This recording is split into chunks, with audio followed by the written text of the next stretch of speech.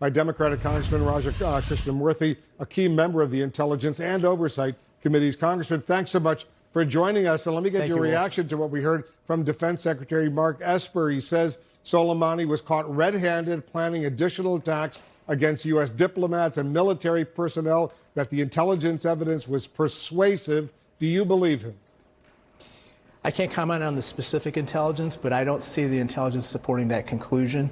I don't see the intelligence supporting the conclusion that the plotting is going to stop or that American lives are going to be saved. I think that instead our action may blunder us into war. I know you've seen some of the intelligence already that's made available. You're going to be getting a formal briefing tomorrow with several of your colleagues. As of right now, was the strike justified? As of right now, I still have a lot of questions. We've seen some evidence. I'm hoping that the administration comes forward with more. I'm very concerned that the administration would classify the whole notice that they provided under the War Powers Act. That in itself is concerning because it just raises suspicions about why they don't want to provide information that they believe justifies this very important action in the killing of Soleimani. Let's turn to impeachment while I have you, Congressman. John Bolton, the president's former national security advisor, he was in the room for a lot of the key events related to Ukraine. He now says he's willing to testify in the Senate trial if he's formally subpoenaed. The Senate doesn't call for his if the Senate doesn't call for his testimony. Do you want him to testify before the House?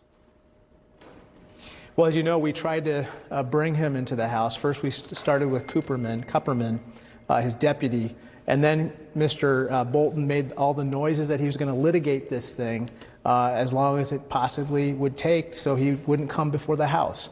So at this point, I think it's only appropriate that he be subpoenaed in the Senate and then he come and testify. As you know, he's an incredibly crucial fact witness, as Fiona Hill said.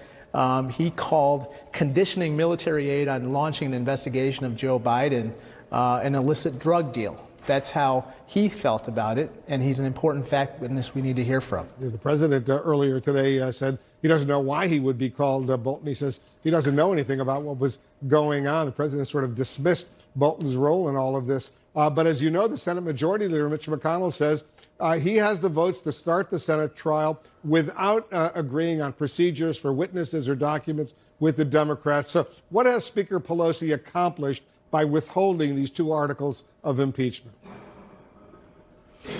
Well, I think that it's only appropriate for her to wait to see what the rules are before she sends it over. I think that pressure is building on McConnell from the president to start this trial ASAP so that he can get total exoneration, all caps, as soon as possible. But the trial can't begin, obviously, without the articles of impeachment being sent over. So I'm hoping that there are some senators on the other side who join with Democrats to call for these witnesses as a part of the initial rules that are devised.